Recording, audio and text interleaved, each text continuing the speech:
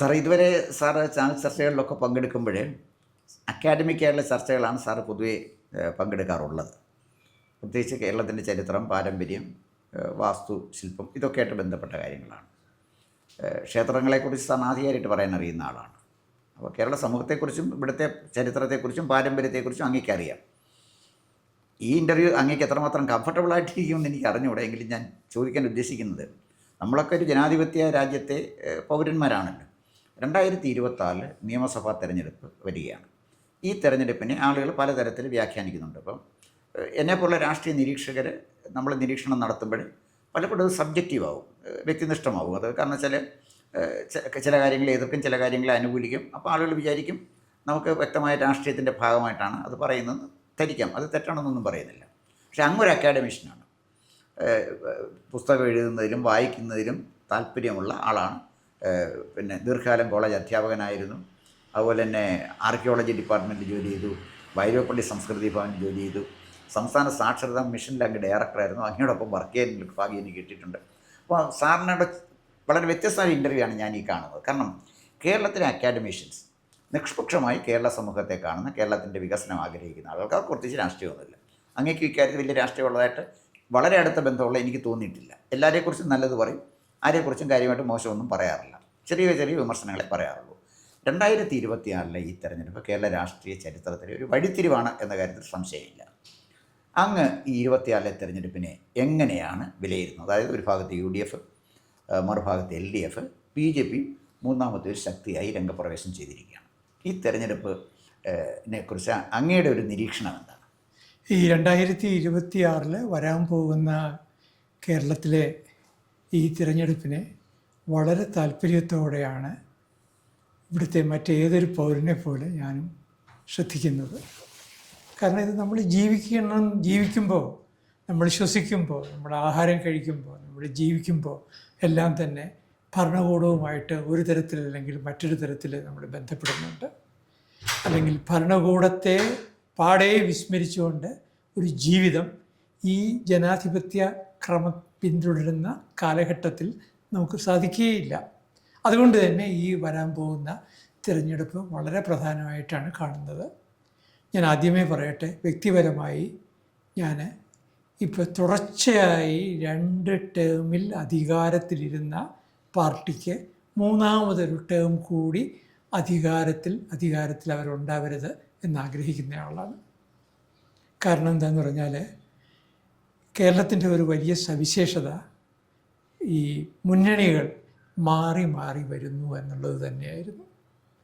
അതായത് ഒരു 5 വർഷം ഒരു മുന്നണിയാണ് വരുന്നതെങ്കിൽ അപ്പോൾ പ്രതിപക്ഷത്തുള്ള മുന്നണി പിന്നീട് ഒരു 5 വർഷം ഭരണത്തിൽ വരുന്നു.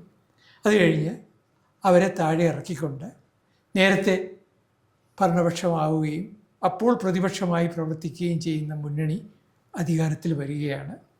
ആ ഒരു ക്രമത്തിന് മാറ്റം വന്നത് ഈ കഴിഞ്ഞ തവണയാണ്.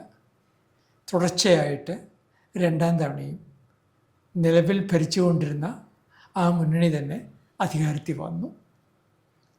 അതുകൊണ്ട് നമ്മൾ ഒരു തുടർച്ചയായിട്ടൊരു മുന്നണി 2 ടേം വരുന്നത് നല്ലതാണെന്ന് നമുക്ക് വേണമെങ്കിൽ ബാഹ്യമായിട്ട് നോക്കുമ്പോൾ തോന്നാവുന്നതാണ്.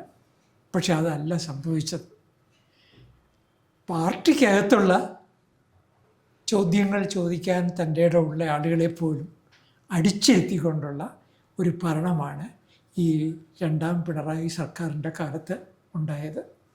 അതായത് പ്രതിപക്ഷത്തെ പാടേ അവഗണിച്ചുകൊണ്ട്, പ്രതിപക്ഷ ശബ്ദങ്ങളെ അവഗണിച്ചുകൊണ്ട് ഉള്ള ഒരു ഭരണമാണ് നമ്മൾ ഈ കഴിഞ്ഞ കുറേ കാലമായിട്ട് അനുഭവിച്ചുകൊണ്ടിരിക്കുന്നത്. തീർച്ചയായിട്ടും ഇതിനൊരു മാറ്റം വരണമെന്ന് ആഗ്രഹിക്കുന്ന ഒരു വലിയ ജനവിഭാഗം കേരളത്തിൽ രൂപപ്പെട്ട് കഴിഞ്ഞിരിക്കുന്നു. അതിലൊരാളാണ് ഞാനും.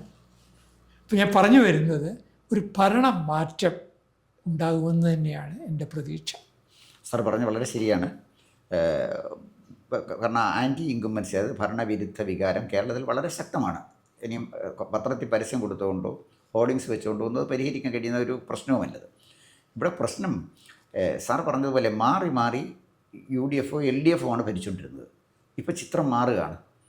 ബി ജെ പിയുടെ ഒരു എൻട്രി, ബി ജെ പിയുടെ ഒരു കടന്നുവരവ് കേരള രാഷ്ട്രീയത്തിലുണ്ടാക്കുന്ന മാറ്റങ്ങളെക്കുറിച്ച് നമുക്ക് പ്രവചിക്കാൻ കഴിയില്ല. ഇപ്പോൾ ഭരണം മാറണം എന്നാഗ്രഹിക്കുന്ന ആളുകൾക്ക് പണ്ട് ഒരു ഓപ്ഷൻ ഉണ്ടായിരുന്നുള്ളൂ. ഒന്നുകിൽ ഒറ്റ ഓപ്ഷൻ, അത് എൽ ഡി എഫ് മാറണമെന്ന് ആഗ്രഹിച്ചാൽ U D F, U D F മാറണമെന്ന് ആഗ്രഹിച്ചാൽ എൽ ഡി എഫ്, അല്ലെങ്കിൽ മറ്റൊരു ഓപ്ഷൻ ഉണ്ടായിരുന്നില്ലല്ലോ.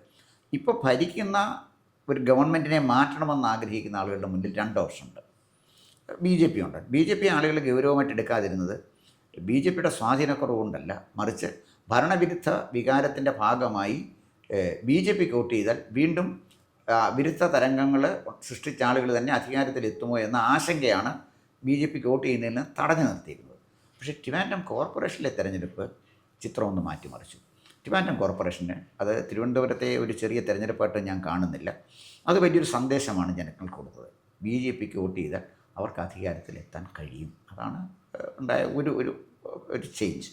മറ്റൊന്ന്, ഈ കഴിഞ്ഞ ലോക്കൽ ബോഡി കഴിഞ്ഞ 2024 പാർലമെൻറ്റ് ഇലക്ഷൻ നമ്മൾ നോക്കിയാൽ 11 സ്ഥലങ്ങളിൽ അവർ ഒന്നാം സ്ഥാനത്തെത്തി. 11 നിയോജക മണ്ഡലങ്ങളിൽ, നിയമസഭാ മണ്ഡലങ്ങൾ ഒന്നാം സ്ഥാനത്തെത്തി. 8 സ്ഥലങ്ങളിൽ അവർ രണ്ടാം സ്ഥാനത്ത് എത്തി. പിന്നെ ബി ജെ പിയുടെ മറ്റൊരു ചരിത്രം നമ്മൾ പരിശോധിച്ച് നോക്കി, 2016 അന്ന് അതിശക്തമായ ധ്രുവീകരണം നടന്നുകൊണ്ടിരിക്കുകയാണ്. എൽ ഡി എഫും യു ഡി എഫും രണ്ട് ധ്രുവങ്ങളിലായിട്ട് നിൽക്കുകയാണ്. ആ തെരഞ്ഞെടുപ്പിൽ 8 സ്ഥലങ്ങളിൽ അവർ രണ്ടാം സ്ഥാനത്തെത്തി. എന്താ പറഞ്ഞാൽ യു ഡി എഫിനെ പിന്നിലാക്കി അവർ രണ്ടാം സ്ഥാനത്തെത്തി, അല്ലെങ്കിൽ എൽ ഡി എഫിനെ പിന്നിലാക്കി രണ്ടാം സ്ഥാനത്തെത്തി. പക്ഷേ ഇപ്പോഴേ ഒരു പുതിയ പ്രതീക്ഷ ജനങ്ങൾ കൊടുത്തുകൊണ്ട് അവർ ശക്തമായൊരു മുന്നണിയായിട്ടൂടെ വരുമ്പോൾ അങ്ങ് ഉദ്ദേശിച്ച ഈ ഭരണവിരുദ്ധ വികാരം ചിതറിപ്പോവില്ലേ? അങ്ങ് പറഞ്ഞതുപോലെ വീണ്ടും ഒരു ഭരണ തുടർച്ചയ്ക്ക് അത് അവസരം സൃഷ്ടിക്കുമോ എന്നാണ് എൻ്റെ സംശയം. ശരിയാണ്. ഒരു രാഷ്ട്രീയ തിരഞ്ഞെടുപ്പിൽ നമ്മൾ നേരത്തെ കണക്ക് കൂട്ടിയ ചില തീരുമാനങ്ങൾ എടുക്കുന്നത് അതേപോലെ ആവർത്തിക്കണമെന്ന് യാതൊരു നിയമവുമില്ല. എന്ന് മാത്രമല്ല, ആ തിരഞ്ഞെടുപ്പ് നടക്കുന്നതിന് തൊട്ടു മുമ്പുള്ള ദിവസങ്ങളിൽ ഉണ്ടാകുന്ന നേരിയ ചലനങ്ങൾ പോലും ചിലപ്പോൾ ഈ വോട്ടർമാരെ ആഴത്തിൽ സ്വാധീനിക്കുകയും നേരത്തെ എടുത്ത തീരുമാനങ്ങളിൽ തിരുത്തുവാൻ അവരെ പ്രേരിപ്പിക്കുകയും ചെയ്യും. അതുകൊണ്ട് ഒരു ആകസ്മികത എന്ന് പറയുന്നത് എന്നും എക്കാലത്തും തിരഞ്ഞെടുപ്പുകളിലുണ്ടാവും. കേരളത്തിലെ തിരഞ്ഞെടുപ്പുകളിൽ അത് തീർച്ചയായിട്ടും പ്രതീക്ഷിക്കാം. പക്ഷേ ഞാൻ അവിടെ വേറെ ചില മറുചോദ്യങ്ങളാണ് ഉന്നയിക്കാനായിട്ട് ആഗ്രഹിക്കുന്നത്. കേരളത്തിലെ ബി ജെ പിക്ക് ഒരു വലിയ പോരായ്മയുണ്ട്. അത് ഡെമോഗ്രഫിയാണ്. അതായത് ജനസംഖ്യയിലെ ശതമാനക്കണക്കുകൾ ബി ജെ പിക്ക് ഒരു മേജർ എൻട്രി ആയിട്ട് കേരള രാഷ്ട്രീയത്തിലേക്ക് വരാൻ തടസ്സമായി നിൽക്കുകയാണ്. അതിനെ അവർക്ക് ഭേദിക്കാൻ കഴിയുകയാണെങ്കിൽ, അതായത് ഈ ജനസംഖ്യയുടെ ശതമാനക്കണക്കുകൾ പ്രതിസന്ധി ഉണ്ടാക്കാത്ത അനേകം മണ്ഡലങ്ങൾ കേരളത്തിലുണ്ട്. ആ മണ്ഡലങ്ങളിൽ അവർക്ക് അവരുടെ സാന്നിധ്യം ഉറപ്പിക്കാൻ കഴിഞ്ഞാൽ തീർച്ചയായിട്ടും ബി ജെ പി ഒരു മൂന്നാമത്തെ ശക്തിയായി തന്നെ മാറും. പക്ഷെ അതിന് എത്രത്തോളം കഴിയും എന്ന കാര്യത്തിലാണ് സംശയമുള്ളത്. സർ പറഞ്ഞത് വളരെ ശരിയാണ്. കാരണം ബി ജെ പിയുടെ ഒരു പ്രധാന പ്രതിസന്ധികളിലൊന്ന് ഡെമോഗ്രഫിയാണ്. 100% ശരിയാണ്. അതിനേക്കാൾ വലിയ വെല്ലുവിളി ഇന്നെഫിഷ്യൻ്റായ അൺപോപ്പുലറായ ബി ജെ പി നേതാക്കന്മാരാണ്. ജനങ്ങൾക്ക് അവരെ അങ്ങോട്ട് വിശ്വസിക്കാൻ കഴിയുന്നില്ല, ബഹുമാനിക്കാൻ കഴിയുന്നില്ല, ആദരിക്കാനോ അംഗീകരിക്കാനോ കഴിയുന്നില്ല. അതാണ് ഒരു കാരണം. 2, ലോകത്തൊരു പാർട്ടിയിലും ഇല്ലാത്ത വിധത്തിലുള്ള ഗ്രൂപ്പിസമാണ്. അതായത് ഈ മകൻ മരിച്ചാലും വേണ്ടുകയില്ല, മരുമകളുടെ കണ്ണുനീര് കാണണമെന്നുള്ള വളരെ വളരെ മോശമായ മനോഭാവമുള്ള കുറച്ച് നേതാക്കന്മാർ കുറേ കാലമായിട്ട് ബി ജെ പിയിൽ ഇങ്ങനെ നേതൃത്വ രംഗത്ത് വിലസുകയാണ്. ജനങ്ങൾ വോട്ട് ചെയ്യാനും ഇല്ല, ഞങ്ങൾക്ക് പ്രശ്നമില്ല, ഞങ്ങൾക്ക് ഇലക്ഷൻ മത്സരിക്കണം, അത്യാവശ്യം ഫണ്ട് വരും, ഞങ്ങൾക്കത് മതി, ഞങ്ങൾക്ക് തോക്കണം. കാരണം ഫണ്ട് കിട്ടുമ്പോഴേ തോക്കുന്ന ലാഭം. കാരണം ഉള്ള ഫണ്ട് കയ്യിലിരിക്കുമല്ലോ. തെരഞ്ഞെടുപ്പ് രംഗത്ത് പ്രവർത്തിക്കണേ കാശ് ചിലവാകുമല്ലോ. ചിലവാക്കാതെ പോക്കറ്റ് ഇടുന്ന നല്ലതെന്ന് ധരിക്കുന്ന ഒരുപാട് നേതാക്കന്മാർ ബി ജെ പിയിൽ ഉണ്ട്, ഇപ്പോഴും ഉണ്ട് എന്നുള്ളതാണ് വാസ്തവം. അപ്പോൾ ഈ ജനങ്ങൾ വെറുക്കുന്ന ഇവരെ വീണ്ടും ജനങ്ങളുടെ മുകളിലേക്ക് അടിച്ചേൽപ്പിച്ചാൽ 1000 കൊല്ലം അടിച്ചേൽപ്പിച്ചാലും ബി ജെ പിക്ക് രക്ഷപ്പെടാൻ പറ്റില്ല. അതാണ് ബി ജെ പി നേരിടുന്ന പ്രശ്നം. അപ്പോൾ ഡെമോഗ്രഫിയേക്കാൾ കൂടുതൽ ബി ജെ പി നേരിടുന്ന പ്രശ്നം ഇന്നഫിഷ്യൻ്റായിട്ടുള്ള അൺപോപ്പുലറായിട്ടുള്ള ജനങ്ങൾ വെറുക്കുന്ന ഒരു പറ്റം നേതാക്കന്മാരാണ്. അവരുടെ അണികളെ കണ്ടുകൊണ്ടാണ്. പിന്നെ ഇതിൻ്റെ പ്രശ്നം വെച്ചാൽ BJPയുടെ കേന്ദ്ര നേതൃത്വം ദില്ലിയിലാണ്. അവർക്ക് കേരള രാഷ്ട്രീയത്തെക്കുറിച്ച് കൃത്യമായ അത്ര വലിയ ധാരണയുണ്ടെന്ന് എനിക്ക് തോന്നുന്നില്ല. അത്ര വലിയ ധാരണ. ഒരുപക്ഷെ അമിത്ഷാ ഒക്കെ ഈ കാര്യങ്ങൾ ശ്രദ്ധിക്കുന്നുണ്ടെങ്കിൽ അതിൻ്റെ ഇത് മാറ്റം വരുത്തിയേക്കാം. തമിഴ്നാട് രാഷ്ട്രീയവും കർണാടക രാഷ്ട്രീയവും കേരള രാഷ്ട്രീയവും തമ്മിൽ ആനയാട് തമ്മിലുള്ള വ്യത്യാസമുണ്ട്. അപ്പോൾ കേരളം എന്ന് പറയുന്നത് വളരെ വേറിട്ടൊരു സംസ്ഥാനമാണ്.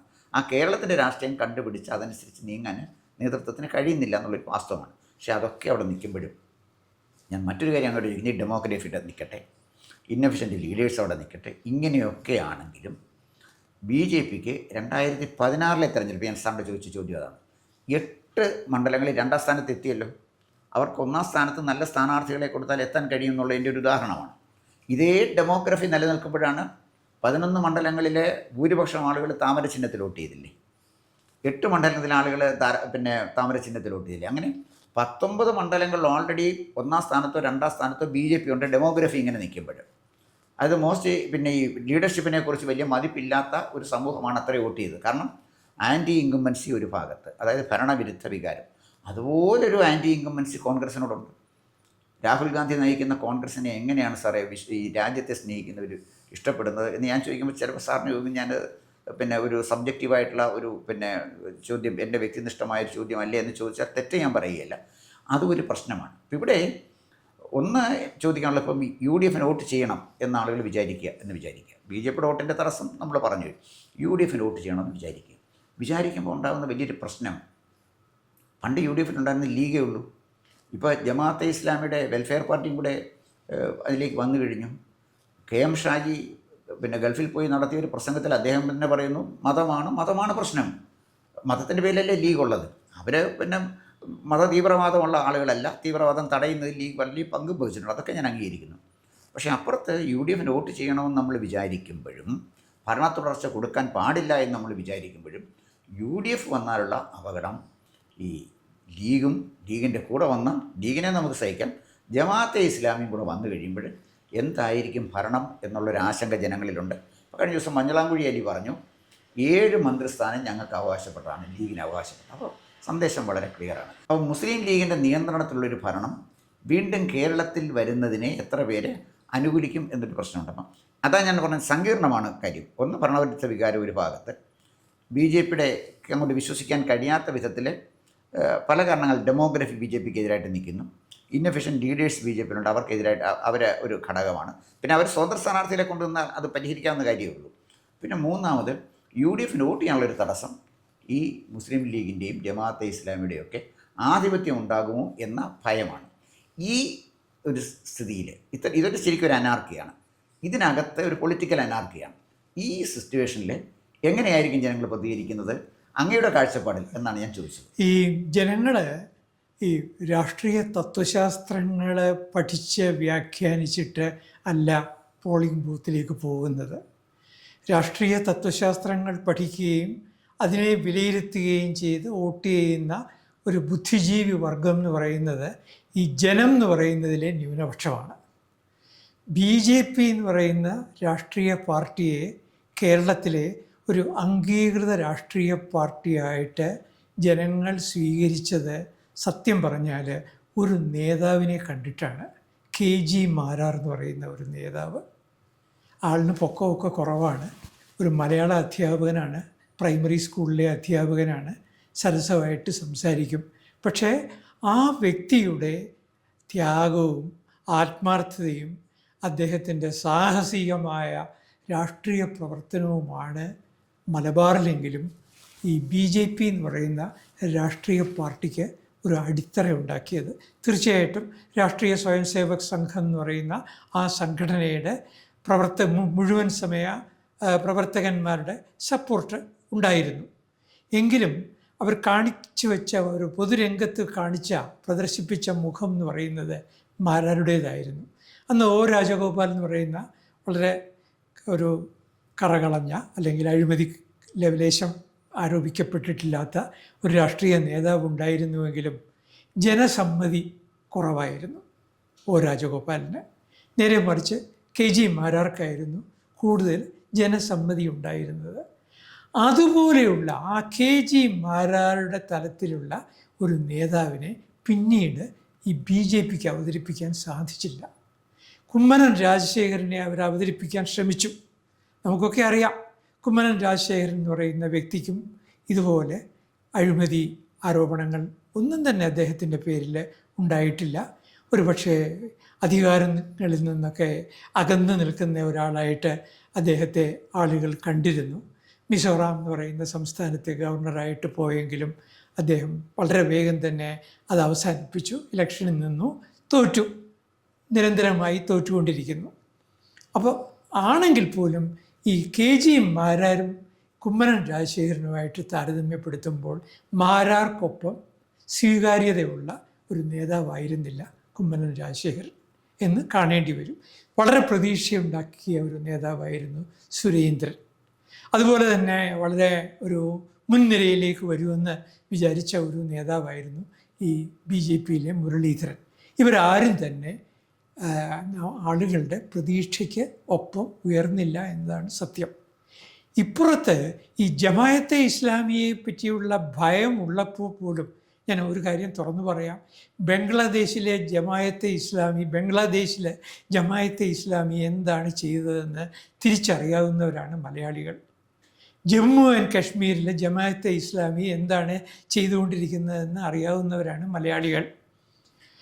ഈ പറയുന്ന പാകിസ്ഥാനിലെ ജമായത്തെ ഇസ്ലാമി എന്താണ് ചെയ്യുന്നത് എന്ന് തിരിച്ചറിയാവുന്നവരാണ് മലയാളികൾ. മാധ്യമം എന്ന് പറയുന്ന പ്രസിദ്ധീകരണം എന്താണ് ചെയ്യുന്നതെന്ന് തിരിച്ചറിയാവുന്നവരാണ് മലയാളികൾ. ഇതൊക്കെയാണെങ്കിലും UDFിലെ ചില നേതാക്കന്മാരെ പറ്റി ഇപ്പോഴും മലയാളികൾക്ക് പ്രതീക്ഷയുണ്ട്. ഞാൻ ഒരു നേതാവിൻ്റെ പേര് പറയുക, അല്ലെങ്കിൽ 2 നേതാക്കന്മാരുടെ പേര് പറയാം. ഞാൻ ഈ യാത്ര ചെയ്യുന്നതിനിടയ്ക്ക് സാധാരണക്കാരിൽ നിന്നുള്ള സംഭാഷണങ്ങൾ വഴി കിട്ടിയ ചില വിവരങ്ങൾ പറയുന്നതേ ഉള്ളൂ. VD സതീശനെ പോലെ ഒരാൾ മുഖ്യമന്ത്രിയായി വരികയാണെങ്കിൽ അയാൾക്ക് മറ്റ് ആളുകളെ, മറ്റ് ഇതുപോലെയുള്ള ചെറിയ രാഷ്ട്രീയ പ്രസ്ഥാനങ്ങളുടെ സ്വാധീനത്തിൽ നിന്ന് അയാൾ പെടില്ല എന്ന് വിചാരിക്കുന്ന ഒരുപാട് മലയാളികളുണ്ട്. രമേശ് ചെന്നിത്തലയെ പോലെയുള്ളൊരു നേതാവിനെ മുഖ്യമന്ത്രിയാവുകയാണെങ്കിൽ ആ രമേശ് ചെന്നിത്തലയെ ഈ പുറകിൽ നിന്ന് പാവ കളിപ്പിക്കുവാൻ ഈ ഒരു ജമായത്തെ ഇസ്ലാമിക്ക് അല്ലെങ്കിൽ SDPIക്ക് സാധിക്കുകയില്ല എന്ന് വിചാരിക്കുന്ന ആളുകൾ കേരളത്തിലുണ്ട്. ഈ നേതാക്കന്മാരുടെ അത് കാര്യത്തിൽ എനിക്ക് എങ്ങനെയാണെന്നുള്ളത് നമുക്ക് ഇതുവരെ അറിഞ്ഞുകൂടാ. കാരണം ഈ 2 പേര്, ഈ പറയുന്ന രമേശ് ചെന്നിത്തല ഇതുവരെ മുഖ്യമന്ത്രിയായിട്ടില്ല. അദ്ദേഹം ഉമ്മൻചാണ്ടി മന്ത്രിസഭയിൽ 2ാമനായിട്ട് നമ്മൾ കണ്ടിട്ടുണ്ട്. എന്നല്ലാതെ അദ്ദേഹത്തിൻ്റെ കഴിവുകളെ പറ്റി നമുക്ക് വിലയിരുത്താൻ സാധിച്ചിട്ടില്ല.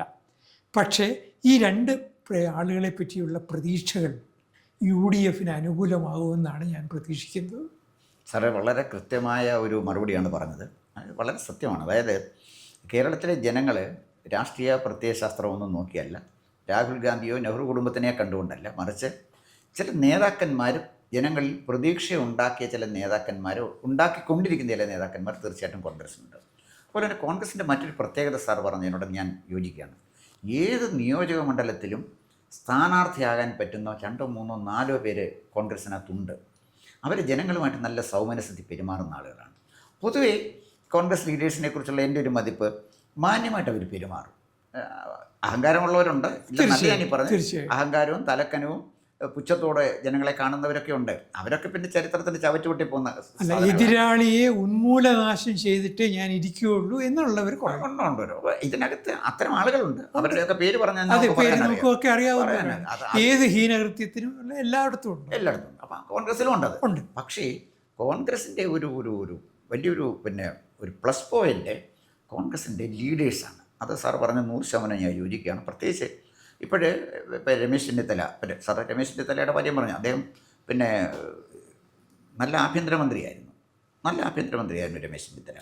അപ്പോൾ രമേശ് ചെന്നിത്തല വലിയ കുഴപ്പമൊന്നുമില്ലാതെ ഉമ്മൻചാണ്ടിയുടെ മന്ത്രിസഭയിൽ ഉമ്മൻചാണ്ടിയുമായിട്ട് യുദ്ധത്തിന് പോകാതെ തന്നെ നന്നായിട്ട് പെരുമാറാൻ കഴിഞ്ഞു. രമേശിൻ്റെ ജീവിതത്തെ പറ്റി ഏറ്റവും വലിയ മണ്ടത്തരം, രമേശ് ഈ സുകുമാരൻ നായരുമായിട്ട് കൂട്ടുപിടിക്കാൻ പോയതാണ്. അത് വലിയ നെഗറ്റീവ് ഇമ്പാക്റ്റാണ് ഉണ്ടാക്കിയത്. അദ്ദേഹത്തിന് താക്കോൽ സ്ഥാനം കൊടുക്കണമെന്ന് സുകുമാരൻ നായർ പറഞ്ഞപ്പോഴാണ് രമേശ് ചെന്നിത്തലയുടെ ജീവിതത്തിൽ ആദ്യമായിട്ട് അദ്ദേഹത്തിൻ്റെ ഒരു തിരിച്ചടി ഉണ്ടായത്. രമേശിൻ്റെ കുഴപ്പമല്ല, മറിച്ച് ഒരു സമുദായം അംഗീകരിക്കാത്ത ഒരു നേതാവിൻ്റെ പുറകെ പോയി സമുദായത്തിൻ്റെ പിന്തുണ ഉറപ്പിക്കാൻ പോകുന്ന എല്ലാവർക്കും ഉണ്ടാകുന്ന ഒരു ഗതികേടിൽ നിന്നും തലമുടി നാരയ്ക്കെങ്കിലും രക്ഷപ്പെടാൻ രമേശ് ചെന്നിത്തലയ്ക്ക് കഴിയും. ഇപ്പോൾ അത് അദ്ദേഹം ആ കുറവ് പരിഹരിച്ച് വരികയാണ്.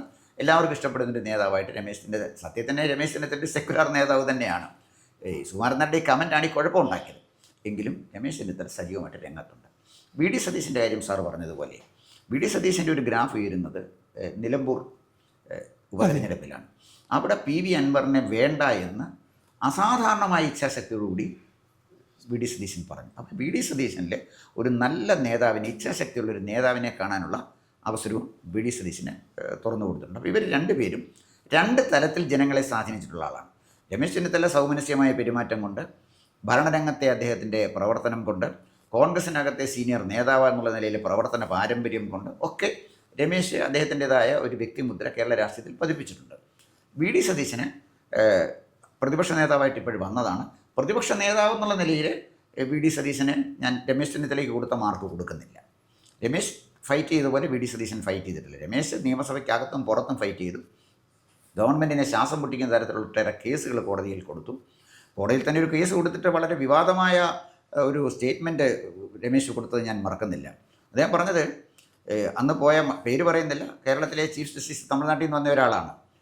അദ്ദേഹം റിട്ടയർ ചെയ്ത് കഴിഞ്ഞപ്പോൾ അദ്ദേഹം രമേശ് പറഞ്ഞത്, ഞാൻ ഈ കേസ് കൊടുത്തിട്ട് നിരവധി നാളുകളായി, ആ കേസിൻ്റെ മുകളിൽ അടയിരുന്നവനാണ് ഇയാൾ, അടയിരുന്നവനാണ്. ജുഡീഷ്യറിയെ ഞെട്ടിക്കുന്ന ഒരു സ്റ്റേറ്റ്മെൻറ്റാണ് കൊടുത്തത്. ജുഡീഷ്യറിക്ക് ആത്മവിശ്വാസം നഷ്ടപ്പെട്ടിട്ടില്ലെങ്കിൽ അവർക്ക് ചിന്തിക്കാനുള്ള ഒരു കാര്യം കൂടാണ് രമേശ് ചെന്നിത്തല പറഞ്ഞത്. എന്നും ദന്തഗോപുരത്തിലിരുന്ന് കണ്ടംപ്റ്റ് ഓഫ് കോർട്ട് എന്ന് പറഞ്ഞാൽ ഒരു ആയുധം ഉപയോഗിച്ച് ജനങ്ങളുടെ മുകളിൽ നിന്ന് അടിച്ചേൽപ്പിച്ച് ബഹുമാനം വാങ്ങിക്കാൻ പറ്റത്തില്ലെന്ന് എന്തെങ്കിലും ജുഡീഷ്യറി തിരിച്ചറിയുന്നെങ്കിൽ അറിയട്ടെ. പക്ഷേ അത്ര ഒരു ചീഫ് ജസ്റ്റിസിനെതിരെ അങ്ങനെ ഒരു പ്രതികരണം നടത്താനുള്ള ധൈര്യം രമേശ് ചെന്നിത്തലയ്ക്ക് ഉണ്ടായി എന്ന് പറഞ്ഞാൽ ജുഡീഷ്യറിയുടെ ഭാഗത്തു നിന്ന് പക്ഷപാതപരമായ നിലപാട് സ്വീകരിച്ചാൽ അതിനെ പോലും എതിർക്കാൻ കഴിയുന്നൊരു നേതാവാണ് എന്ന് രമേശ് തെളിയിച്ചു. അപ്പോൾ രമേശിനെ സംബന്ധിച്ചിടത്തോളം അദ്ദേഹം പ്രതിപക്ഷ നേതാവ് എന്നുള്ള നിലയിൽ നല്ല ഫൈറ്റ് ചെയ്തിട്ടുള്ള ഒരാളാണ്. വി ഡി സതീശൻ്റെ അടുത്തേക്ക് പോയാൽ വി ഡി സതീശൻ്റെ ഒരു പ്രത്യേകത ഞാൻ കാണാം. സാർ പറഞ്ഞ പോലെ തന്നെ ഈ നിലമ്പൂർ ഉപതെരഞ്ഞെടുപ്പിൽ അൻവറിനെ വേണ്ട എന്നെടുത്ത തീരുമാനം, അതുപോലെ തന്നെ ഈ അനാവശ്യമായി അദ്ദേഹം കീഴടങ്ങത്തില്ല എന്ന് പറയുമ്പോൾ തന്നെ അദ്ദേഹം വെള്ളാപ്പള്ളി നടേശനെയോ അല്ലെങ്കിൽ സുകുമാരൻ നായരെയോ കാണാൻ പോയിട്ടില്ലാത്ത വി ഡി സതീശൻ റാഫേൽ തട്ടിലിനെ കാണാൻ പോയി. റാഫേൽ തട്ടിലിനെ കാണാൻ പോയി തെറ്റാണെന്നല്ല ഞാൻ പറഞ്ഞത്. അപ്പോൾ അദ്ദേഹത്തിന് കാണേണ്ടി വന്നാൽ മതമേലധ്യക്ഷന്മാരെയൊക്കെ പോയി കാണും. ആ ദൗത്യം പരാജയപ്പെട്ടു പോയത് വേറെ കാര്യമുണ്ട്. അപ്പോൾ എങ്കിലും താരതമ്യേന നമ്മുടെ ഈ സാമുദായിക ശക്തികൾക്കെതിരായിട്ടൊരു നിലപാട് സ്വീകരിക്കാൻ കഴിയുന്ന ഒരാളെന്നുള്ള നിലയിൽ വി ഡി സതീശനോ ഈ ജമാഅത്തെ ഇസ്ലാമിയുടെ സ്വാധീനത്തെ ചെറുത്ത് നിന്ന് ഒരു ഭരണം കൊണ്ടുപോകാൻ കഴിയും എന്ന അങ്ങയുടെ നിരീക്ഷണം ചില ആളുകളിലെങ്കിലും ഉണ്ടാക്കിയേക്കാം. അതുമാത്രമാണ് കോൺഗ്രസ്സിന് പ്രതീക്ഷ കൊടുക്കുന്ന ഒരു വസ്തുത. അല്ലാതെ നെഹ്റു കുടുംബത്തിൽ വന്ന് സോണിയാഗാന്ധിയുടെ കാര്യത്തിന് ശക്തി കൂട്ടി രാജ്യം രക്ഷിക്കാമെന്നോ അല്ലെങ്കിൽ പ്രിയങ്കാ ഗാന്ധിയും രാഹുൽ ഗാന്ധിയും കൂടെ വന്ന് നമ്മുടെ രാജ്യത്തെ രക്ഷിച്ചോളൂ എന്ന് വിചാരിക്കുന്നവരൊന്നും കേരളത്തിലില്ല. അപ്പോൾ അതുകൊണ്ട് ഈ തെരഞ്ഞെടുപ്പ് സാർ പറഞ്ഞതുപോലെ വളരെ നിർണായകമായൊരു തെരഞ്ഞെടുപ്പാണ്. അതേസമയം BJP ശക്തമായൊരു രാഷ്ട്രീയ സാന്നിധ്യമായി കേരളത്തിൽ മാറിക്കഴിഞ്ഞു. എന്തായാലും ഇന്നല്ലെങ്കിൽ നാളെ കേരളത്തിൽ BJP അധികാരത്തിലെത്തുന്നുള്ള കാര്യത്തിൽ എനിക്ക് തർക്കമൊന്നുമില്ല. അതിന് സംശയിക്കേണ്ട ഒരു കാര്യവുമില്ല. അപ്പോൾ അതിന് പറ്റുന്ന നേതാക്കന്മാർ വരും. എമർജിങ് ലീഡേഴ്സാണ് പലപ്പോഴും പാർട്ടിയിലേക്ക് വരുന്നത്. എമർജിങ് ലീഡേഴ്സ് വരും. നല്ല കഴിവുള്ളവൻ ഇതുവരെയൊക്കെ വിട്ടിട്ട് നല്ല കഴിവുള്ള ആൾ BJPയുടെ നേതൃത്വത്തിൽ വരുമെന്ന് തന്നെ പ്രതീക്ഷിക്കുന്നു. അത് സാഹചര്യം ആവശ്യപ്പെടുമ്പോൾ, സാഹചര്യം ആണല്ലോ സൃഷ്ടിയുടെ മാതാവെന്ന് പറയുന്നത്, അത് വരുമായിരിക്കും. എന്തായാലും അങ്ങയുടെ ആ ഒബ്സർവേഷൻ വളരെ വളരെ നന്നായിരിക്കുന്നു. എനിക്കൊന്നും കൂടി കൂട്ടിച്ചേർക്കാനുണ്ട്. ഈ ലക്ഷ്യവേദികളായ അമ്പുകൾ അയക്കുന്നതിൽ ഈ പറയുന്ന രണ്ട് നേതാക്കന്മാർക്കും, രമേശ് ചെന്നിത്തലയ്ക്കും VD സതീശനും നല്ല പ്രാഗൽഭ്യമുണ്ടെന്ന് വിശ്വസിക്കുന്ന ഒരാളാണ് ഞാൻ. നേരത്തെ അദ്ദേഹം ആഭ്യന്തരമന്ത്രി, രമേശ് ചെന്നിത്തല ആഭ്യന്തരമന്ത്രിയായിരുന്ന കാലത്താണ് മണി ലെൻഡ്, അതായത് അമിതമായ പലിശയ്ക്ക് പണം കൊടുക്കുന്നവരെ വേട്ടയാടുന്നതിന് വേണ്ടി അദ്ദേഹം ഒരു പദ്ധതി കൊണ്ടുവരികയും അത് വിജയിപ്പിക്കുകയും ചെയ്തയാളാണ്. ഭരണപ്രാഗൽഭ്യമുണ്ട്. ഈ പറഞ്ഞതുപോലെ താക്കോൽ സ്ഥാനം എന്ന് പറയുന്ന NSS ജനറൽ സെക്രട്ടറിയുടെ അസമയത്തെ അനവസരത്തിലുള്ള പ്രഖ്യാപനം അദ്ദേഹത്തിനെ ദോഷകരമായി ബാധിച്ചിട്ടുമുണ്ട്. ശ്രീ VD സതീശനാകട്ടെ ഇതുവരെ ഒരു ഭരണരംഗത്തിൻ്റെ ഒരു 4 അയലത്ത് പോലും വന്നിട്ടില്ലെങ്കിലും ഈ തോമസ് ഐസക്കുമായി നടത്തിയ ഡിബേറ്റ് നമുക്ക് മറക്കാനൊക്കുകയില്ല. ആ സമയത്ത് കേരള ലോട്ടറിയിൽ നടന്ന അഴിമതികളെ പറ്റിയും നമ്മൾ ആരും അറിഞ്ഞിട്ടില്ലാത്ത ഈ അന്യസംസ്ഥാന ലോട്ടറികൾക്ക് കൊണ്ട് നൽകിയ വഴിവിട്ട സഹായങ്ങളെയും പുറത്ത് കൊണ്ടുവരുന്നതിന് ഈ വി ഡി സതീശന് അനായാസമായിട്ട് സാധിച്ചു. അപ്പോൾ ഈ രണ്ടാളുകളും അവരുടെ പ്രാഗൽഭ്യം തെളിയിച്ചിട്ടുണ്ടെന്ന് വിശ്വസിക്കുന്നയാളാണ്. നമ്മളൊക്കെ കുറേ കൂടി പിന്നിലേക്ക് പോവുകയാണെങ്കിൽ നമ്മൾ ഈ കോൺഗ്രസ് എന്ന് പറയുന്ന പ്രസ്ഥാനം, ഇന്ദിരാഗാന്ധി എന്ന് പറയുന്ന ആ പ്രമുഖയായ നേതാവ് ഒക്കെ ഉള്ള കാലത്തും കേരളത്തിൽ ഈ കെ കരുണാകരൻ എന്ന് പറയുന്ന നേതാവും ഒരു എ കെ ആൻ്റണി അല്പം പുറകിലാണ്, കെ കരുണാകരൻ്റെ പിന്നിലാണ്. എങ്കിലും ഈ രണ്ട് നേതാക്കന്മാർക്ക് ജനങ്ങളുടെ ഇടയിൽ ഉണ്ടായിരുന്ന ഒരു സ്വീകാര്യത അതായിരിക്കാം ഒരു പക്ഷേ ഈ പറയുന്ന. അപ്പോൾ ആ കെ കരുണാകരൻ്റെയും അല്ലെങ്കിൽ ഈ പറയുന്ന എ കെ ആൻ്റണിയുടെയും ഒപ്പം എന്നാൽ ഇവർ രണ്ടുപേരും എത്തിയിട്ടുമില്ല. ഈ പറയുന്ന വി ഡി സതീശനോ അല്ലെങ്കിൽ രമേശ് ചെന്നിത്തലയോ എത്തിയിട്ടില്ല. എങ്കിലും ഈ വിലപേശുന്ന സാമുദായിക നേതാക്കന്മാരൊക്കെ വിധേയരാകും എന്ന്, ഈ രണ്ടുപേരും വിധേയരാകുമെന്ന് വിചാരിക്കുന്നില്ല. പ്രത്യേകിച്ച് വി ഡി സതീശൻ വിധേയനാകുമെന്ന് വിചാരിക്കുന്നില്ല. അല്ല സാർ പറഞ്ഞുകൊണ്ട് എനിക്ക് വേണ്ടി വിയോജിപ്പില്ല സാർ. അപ്പം നമ്മൾ കോൺഗ്രസിനെ കുറിച്ചാണ് പറഞ്ഞത്. പക്ഷേ രാജീവ് ചന്ദ്രശേഖരന് മുന്നോട്ട് വെച്ച ഒരു വികസന രാഷ്ട്രീയമുണ്ട്. അതിനകത്ത് എനിക്ക് ബഹുമാനം തോന്നിയൊരു കാര്യം, ഇവർ ഈ ശബരിമല സ്വർണ്ണക്കേസിൻ്റെ പുറകെ പോകാതെ കേരളത്തിൻ്റെ ഒരു വികസന പരിപ്രേക്ഷ്യം മുന്നോട്ട് വയ്ക്കാനായിട്ട് രാജീവ് ചന്ദ്രശേഖരന് കഴിഞ്ഞു. എനിക്ക് അദ്ദേഹത്തിന് തോന്നിയ വലിയൊരു പരിമിതി ഭാഷയിലുള്ള പരിമിതിയാണ്. കേരളത്തിലെ ജനങ്ങളോട് കമ്മ്യൂണിക്കേറ്റ് ചെയ്യുമ്പോൾ ഇതെല്ലാം സാധാരണക്കാരല്ലേ കേൾക്കുന്നത്. അപ്പോൾ സാധാരണക്കാരെ പറഞ്ഞ് മനസ്സിലാക്കി അവരെ കൂടെ നിർത്തണമെങ്കിൽ നല്ല ഭാഷ വേണം. നല്ല ഒരു പ്രാസംഗികനെ നല്ല രാഷ്ട്രീയ നേതാവായിട്ട് കേരളത്തിൽ വരാൻ പറ്റുള്ളൂ. സാറ് ഈ കെ നയനാരെ അറിയാമല്ലോ. നയനാരുടെ പ്രസംഗം എവിടെ ഉണ്ടെങ്കിലും ഞാൻ പോയി കേൾക്കുന്ന ആളാണ്. അത് വലിയ ഭയങ്കരമായ തത്വശാസ്ത്രം വരുമെന്ന് വെച്ചില്ല, അത് ആസ്വദിക്കുന്നത് കൊണ്ടാണ് ഞാൻ പറഞ്ഞത്. ഓരോരുത്തർക്കും അത്തരം കഴിവുകൾ പ്രമുഖരായ രാഷ്ട്രീയ നേതാക്കന്മാരുണ്ട്. വിക്കിയാണ് പറയുന്നതെങ്കിലും EMS ആയിരുന്നല്ലോ കേരളത്തിലെ ഏറ്റവും വലിയ ക്രൗഡ് പുള്ളർ. അതൊക്കെ പറ്റും. ഇവിടെ പ്രോബ്ലം, ഇവിടെ അത്തരം നേതാക്കന്മാർ ശക്തമായ സാന്നിധ്യം കൊണ്ട് UDF നന്നായിട്ട് കൊണ്ടുപോകാൻ കഴിയുമെന്ന് പ്രതീക്ഷിക്കുന്ന ഒരു വിഭാഗം ജനങ്ങളുണ്ട്. ഒപ്പം ഒരു വികസന രാഷ്ട്രീയം മുന്നോട്ട് വെച്ചിരിക്കുകയാണ്. വികസന രാഷ്ട്രീയം മുന്നോട്ട് വയ്ക്കുമ്പോൾ അവർക്കൊരു എക്സാമ്പിൾ പറയാനുണ്ട്. നരേന്ദ്രമോദിയെപ്പോലെ ഇന്ത്യ കണ്ട ഏറ്റവും നല്ല പ്രധാനമന്ത്രി നരേന്ദ്രമോദിയാണെന്ന് വിശ്വസിക്കുന്ന ഒരാളാണ് ഞാൻ. ഒരുപക്ഷെ അഭിപ്രായ വ്യത്യാസങ്ങൾ പ്രേക്ഷകർക്കുണ്ടാകും. പക്ഷേ ഞാൻ വിശ്വസിക്കുന്നത് ഇന്ത്യ കണ്ട ഏറ്റവും നല്ല രാഷ്ട്രീയ നേതാവ് മോഡിയാണെന്ന് തന്നെയാണ്. അപ്പം നരേന്ദ്രമോദി കൊണ്ടുവന്ന വികസന പ്രവർത്തനങ്ങളെ മുന്നിൽ നിർത്തി കേരളത്തിൻ്റേതായൊരു വികസന ദർശനം കേരളത്തിലെ ജനങ്ങൾക്ക് മുന്നോട്ട് വയ്ക്കാനുള്ള ഒരു ശ്രമം രാജീവ് ചന്ദ്രശേഖരൻ്റെ ഭാഗത്തു നിന്നുണ്ടായിട്ടുണ്ട്. പക്ഷേ കൃത്യമായിട്ട് ജനങ്ങളോട് അത് എക്സ്പ്ലെയിൻ ചെയ്താൽ മാത്രം പോരാ, ജനങ്ങളെ കൺവിൻസ് ചെയ്യാനും കഴിയുന്ന നേതാക്കന്മാർ നിർഭാഗ്യവശാൽ BJPയിൽ ഇല്ലാത്തത് BJPയുടെ ഒരു പരിമിതിയാണ്. എങ്കിലും അത്തരത്തിൽ BJPക്ക് ഒരു സ്പേസ് ഉണ്ടായി വരുന്നു എന്ന് മാത്രമാണ് ഞാൻ സൂചിപ്പിച്ചത്. അത് ശരിയാണ്. രാജീവ് ചന്ദ്രശേഖരന് ഭാഷാപരമായ പരിമിതി ഉണ്ട് എന്നുള്ളത് സത്യമാണ്.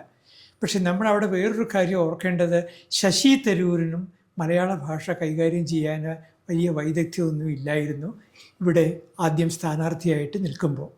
എന്നിട്ടും ജനങ്ങൾ അതൊക്കെ വിട്ടുകൊടുത്തില്ലേ? ജനങ്ങൾ അതിനെ ഒരു വലിയ അതിനെ ഒരു ശശി തരൂരിനെതിരായിട്ടുള്ള ഒരു ആയുധമാക്കുവാനൊന്നും അവർ തയ്യാറായില്ല. എന്തിന്? VK കൃഷ്ണമേനോന് മലയാളം സംസാരിക്കാൻ കഴിയുമായിരുന്നില്ല. പക്ഷേ ആ തിരഞ്ഞെടുപ്പിൽ VK കൃഷ്ണമേനോൻ അത്ഭുതകരമായി തിരുവനന്തപുരത്ത് ജയിക്കുകയാണ്. പല കഴിവുകളും ഉള്ള ആളുകളുടെ ഏതെങ്കിലും ഒരു ദൗർബല്യത്തെ വലിയ കാര്യമാക്കാറില്ല ജനങ്ങൾ. അതുകൊണ്ട് രാജീവ് ചന്ദ്രശേഖരൻ്റെ കമ്മ്യൂണിക്കേഷൻ സ്കിൽസിലുള്ള പരിമിതി ഒരു വലിയ ഒരു പ്രതിസന്ധി ഉണ്ടാക്കുമെന്ന് നമ്മൾ വിചാരിക്കേണ്ട. എന്നാൽ മാത്രമല്ല, BJP വാസ്തവത്തിൽ ഫോക്കസ് ചെയ്യേണ്ടത്, അവർ ഈ വ്യാജമായ അവകാശവാദങ്ങൾ പറഞ്ഞാൽ ജനങ്ങൾ അംഗീകരിക്കുമെന്ന് തോന്നുന്നില്ല. അവർക്കൊരു സമീപകാലത്ത് ഭരണാധികാരിയാകുവാൻ ഭരണം നിയന്ത്രിക്കാൻ കഴിയുമെന്ന് ഞാൻ കരുതുന്നില്ല. എന്നാൽ അവർക്കൊരു തിരുത്തൽ ശക്തിയാകുവാൻ, കേരള രാഷ്ട്രീയത്തിലെ ഒരു തിരുത്തൽ ശക്തിയാകുവാൻ അതിസമർത്ഥനായ ഒരു പ്രധാനമന്ത്രി എന്നേ ഞാൻ പറയുകയുള്ളൂ. ഇന്നത്തെ ഇന്ത്യൻ പ്രധാനമന്ത്രിയെ പറ്റി. ആ പ്രധാനമന്ത്രിയുടെ എങ്ങനെയാണ് അദ്ദേഹം അധികാരത്തിലേക്ക് വന്നത് എന്നുള്ളത് ഒരു ടെക്സ്റ്റ് ബുക്കിലെ പാഠമെന്ന നിലയിൽ പഠിക്കുകയാണെങ്കിൽ ഇവിടെയും BJPക്ക് നേട്ടങ്ങൾ ഉണ്ടാക്കാൻ കഴിയും. അവിടെ പറഞ്ഞതിനോട് ഞാൻ യോജിക്കുന്നു. പിന്നെ ശശി തരൂരിൻ്റെ ഒരു സിനിമാ താരത്തിൻ്റെ ലുക്കും അദ്ദേഹത്തിൻ്റെ പ്രവർത്തനം, ഒരു പേഴ്സണാലിറ്റി, ആളിൻ്റെ രൂപം, ഇപ്പോൾ ഇന്ദിരാഗാന്ധിയുടെ രൂപസാദൃശ്യം ഇല്ലയോ പ്രിയങ്ക ഗാന്ധിക്ക് അവകാശപ്പെടാൻ പറ്റുന്നത്. എന്ന് പറഞ്ഞാൽ പോലെ രാജീവ് ഗാന്ധിയെ ഒരു പേഴ്സണാലിറ്റി അല്ല, പേഴ്സണാലിറ്റി എന്ന് പറയുന്ന അർത്ഥം മുഖസൗന്ദര്യമല്ല എങ്കിൽ പോലും തീർച്ചയായും. അപ്പം അത് ശശി തരൂരിൻ്റെ പ്ലസ് പോയിൻ്റ് ആയിരുന്നു. ശശി തരൂർ മറ്റ് നേരത്തെ തന്നെ കേരളത്തിൽ അറിയപ്പെടുന്ന ഒരാളാണ് ശശി തരൂർ. അദ്ദേഹം UN അണ്ടർ സെക്രട്ടറി ജനറൽ ആയിരുന്നു, നിരവധി പുസ്തകങ്ങൾ എഴുതിയിട്ടുള്ള ആളാണ്. അപ്പോൾ ശശി തരൂരിനെ സുപരിചിതനാണ് കേരളത്തിന്. അപ്പോൾ അവിടെ വന്ന് അദ്ദേഹം തിരുവനന്തപുരത്ത് ജയിച്ചതേ ഉള്ളൂ. അതുപോലെ തന്നെ സാറ് പറഞ്ഞ VK കൃഷ്ണമേനോൻ, അദ്ദേഹം ഒരു ഇൻ്റർനാഷണൽ പേഴ്സണാലിറ്റിയാണ്. ഇവിടെ വന്ന് തിരുവനന്തപുരത്താണ് ജയിച്ചത്. രാജീവ് ചന്ദ്രശേഖരൻ്റെ പ്രശ്നം അതല്ല സർ. രാജീവ് ചന്ദ്രശേഖരൻ ഈ പാർട്ടിയെ കേരളത്തിൽ നയിക്കണം, അതാണ് ഉള്ള പ്രശ്നം. പക്ഷേ അതിനകത്ത് വേണ്ട കാര്യം തന്നോടൊപ്പം നിർത്തേണ്ടതാരെയാണ്, തന്നോടൊപ്പം നിർത്തരുതാത്തതാരെയാണ്. അതൊരു ടീം ലീഡർ മനസ്സിലാക്കണം. പെലെ നല്ല ഫുട്ബോൾ കളിക്കാരനായിരുന്നെങ്കിൽ എല്ലാ ഗോളും പെലെയല്ല അടിക്കുന്നത്. നന്നായിട്ട് ഗോൾ അടിക്കാൻ കഴിയുന്ന ആളിൻ്റെ കാലിലേക്ക് ബോൾ പാസ് ചെയ്ത് കൊടുക്കുകയാണ് പെലെ ചെയ്യുന്നത്. അപ്പോൾ രാജീവ് ചന്ദ്രശേഖരൻ ചെയ്യേണ്ടത് തൻ്റെ ടീമിലുള്ള വളരെ ജനസമ്മതിയുള്ള നേതാക്കന്മാരെ ചേർത്ത് നിർത്തി അവരെ പ്രൊജക്റ്റ് ചെയ്ത് പോകണം. അല്ലാതെ അവരെ തകർത്തുകൊണ്ട് രാജീവ് ചന്ദ്രശേഖരൻ ഒന്നും ചെയ്യാൻ പോകണില്ല ഇവിടെ. അദ്ദേഹത്തിന് ഇത്ര നാളെ കേരളത്തിൽ പിടിച്ചു നിൽക്കാൻ പറ്റത്തുള്ളൂ, അതിന് അദ്ദേഹത്തിന് താല്പര്യം ഉണ്ടാവുള്ളൂ. അതുകൊണ്ട് രാജീവ് ചന്ദ്രശേഖരൻ ഇനിയും നന്നായിട്ട് ഹോംവർക്ക് ചെയ്തെങ്കിൽ മാത്രമേ കേരളത്തിൽ BJPയെ കൊണ്ടുപോകാൻ കഴിയുള്ളൂ. അതുകൊണ്ട് ശശി തരൂരിനെയോ VK കൃഷ്ണമേനോനെയോ ഈ കാര്യത്തിൽ സാദൃശ്യത്തോടുള്ള എൻ്റെ വിയോജിപ്പ് പറഞ്ഞത് അതെല്ലാം ശരിയാണ്. പക്ഷേ ചന്ദ്രശേഖരൻ്റെ ഉത്തരവാദിത്വം, രാജീവ് ചന്ദ്രശേഖരൻ്റെ ഉത്തരവാദിത്വം വളരെ വലുതാണ്. ഈ 2026 തെരഞ്ഞെടുപ്പിൽ താൻ നയിക്കുന്ന പാർട്ടിയെ അതിൻ്റെ ഒരു സ്ഥാനം കേരള രാഷ്ട്രീയത്തിൽ ഉറപ്പിച്ചെടുക്കണമെങ്കിൽ എല്ലാ ഗോളും രാജീവ് ചന്ദ്രശേഖരൻ അടിക്കാൻ പറ്റില്ല. ഗോൾ അടിക്കാൻ പറ്റുന്നവനെ ഗോളടിക്കാൻ പാസ് ചെയ്ത് കൊടുക്കാവൂ. പറ്റാത്ത ഒരുപാട് പേര് BJPയിലുണ്ട്, ജനങ്ങൾക്ക് ആവശ്യമില്ലാത്തവരുണ്ട്. അവരെയൊക്കെ തിരിച്ചറിഞ്ഞ് മാറ്റി നിർത്തി ഒഴിവാക്കണമെന്നല്ല ഞാൻ പറഞ്ഞു. അർഹതയ്ക്കുള്ള അംഗീകാരം പാർട്ടി പ്രവർത്തകർക്ക് അല്ലെങ്കിൽ നല്ല പ്രവർത്തകർക്ക് കൊടുത്തുകൊണ്ട് ഒരു ടീമിനെ ഉണ്ടാക്കാൻ രാജീവ് ചന്ദ്രശേഖരൻ ഇനിയും കഴിഞ്ഞിട്ടുണ്ട് എന്ന് ഞാൻ വിചാരിക്കുന്നില്ല. അതിനി അദ്ദേഹം തെളിയിക്കേണ്ടതാണ്. അതിന് കഴിഞ്ഞാൽ എന്തെങ്കിലും മാറ്റം വരുത്താൻ കഴിയും. ഞാനൊരു ചെറിയ കാര്യം കൂടി കൂട്ടിച്ചേർക്കാം. രാജീവ് ചന്ദ്രശേഖരൻ്റെ രാഷ്ട്രീയ പാഠങ്ങൾ തുടങ്ങിയത് കർണാടകത്തിലാണ്. നമുക്കറിയാം, ജനതാദൾ എസിൻ്റെ പിന്തുണയുള്ള സ്വതന്ത്രനായിട്ടാണ് അദ്ദേഹം ആദ്യമായിട്ട് രാജ്യസഭയിലേക്ക് പോകുന്നത്. ആ കർണാടകത്തിലെ തന്ത്രങ്ങൾ മുഴുവൻ അദ്ദേഹം മറക്കണം. കർണാടകമല്ല കേരളം. സാറേ, കർണാടകത്തിൽ നിന്ന് വന്ന ഒരാളാണ് കേരളത്തിനെ ഈ BJPയുടെ അടിവേര് തോന്നിയത്. അദ്ദേഹത്തിൻ്റെ പേര് BL സന്തോഷ് എന്നാണ്. അദ്ദേഹത്തിൻ്റെ സ്വാർത്ഥതയും അദ്ദേഹത്തിൻ്റെ ഗ്രൂപ്പിസവുമാണ് കേരളത്തിലെ BJPയെ തകർത്തതിൽ. അതായത് KG മാരാരുടെ പാരമ്പര്യത്തിൻ്റെ കടക്കൽ കത്തിവെച്ചത് BL സന്തോഷായിരുന്നു. അപ്പോൾ ഇതേ BL സന്തോഷാണ് പിന്നെ തെലങ്കാനയിൽ പോയി ഒരു കേസിൽപ്പെട്ടത്. കൈക്കൂലിക്ക് കാശും കൊണ്ടുപോയി തെലങ്കാന പോലീസ് പിടിച്ചിട്ട് അവിടെ ചന്ദ്രശേഖർ റാവു ആയിരുന്നു അന്നത്തെ മുഖ്യമന്ത്രി. ഞാൻ മനസ്സിലാക്കുന്നത് പിന്നെ അമിത്ഷാ ഇടപെട്ടപ്പോഴാണ് അവിടെ നിന്ന് രക്ഷപ്പെട്ടു പോയത്.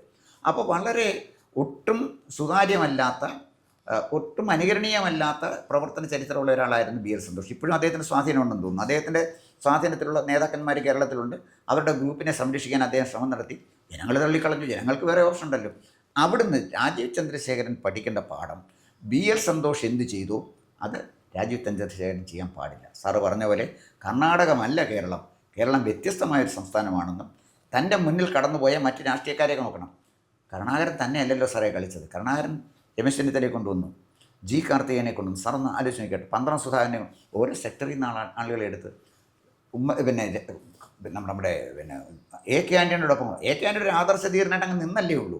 അദ്ദേഹം കൈക്കൂലിയൊന്നും ഇല്ലാത്ത ആളാണ്. ഇന്ന് ഞാൻ AK ആൻ്റണിയെ വളരെ ബഹുമാനിക്കുന്ന ഒരാളാണ്. ഈ ചക്കരക്കോടത്തിൽ കൈയിട്ടിട്ട് നക്കാതെ നിൽക്കുന്ന ഒരു നേതാവ്. ഇന്നും എനിക്ക് വലിയ ബഹുമാനമാണ് ആൻ്റണിയോട്. പക്ഷേ ആൻ്റണിയോടൊപ്പം ഉമ്മൻചാണ്ടി ഉണ്ടായിരുന്നു, VM സുധീരൻ ഉണ്ടായിരുന്നു, തലേക്കുന്നിൽ ബഷീറിനെ പോലുള്ള വളരെ പരിണതപ്രജനും പോപ്പുലറുമായ നേതാക്കന്മാരുണ്ട്.